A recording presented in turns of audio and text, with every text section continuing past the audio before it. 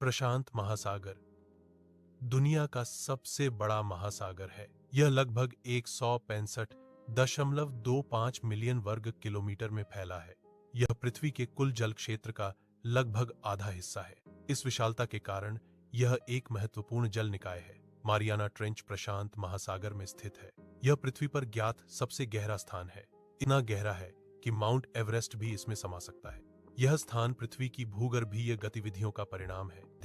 ये द्वीप विभिन्न प्रकार की वनस्पतियों का समर्थन करते हैं और जीवों का भी समर्थन करते हैं।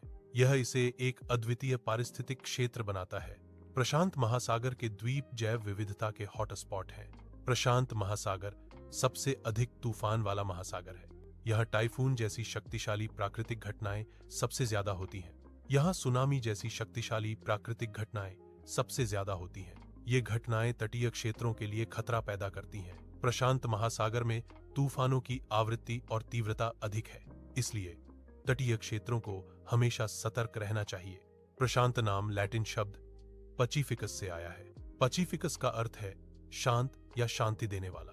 यह नाम इस महासागर की शांत प्रकृति को दर्शाता है।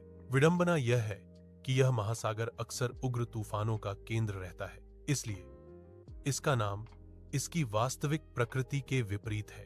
प्रशांत महासागर का नामकरण एक दिलचस्प विरोधाभास प्रस्तुत करता है।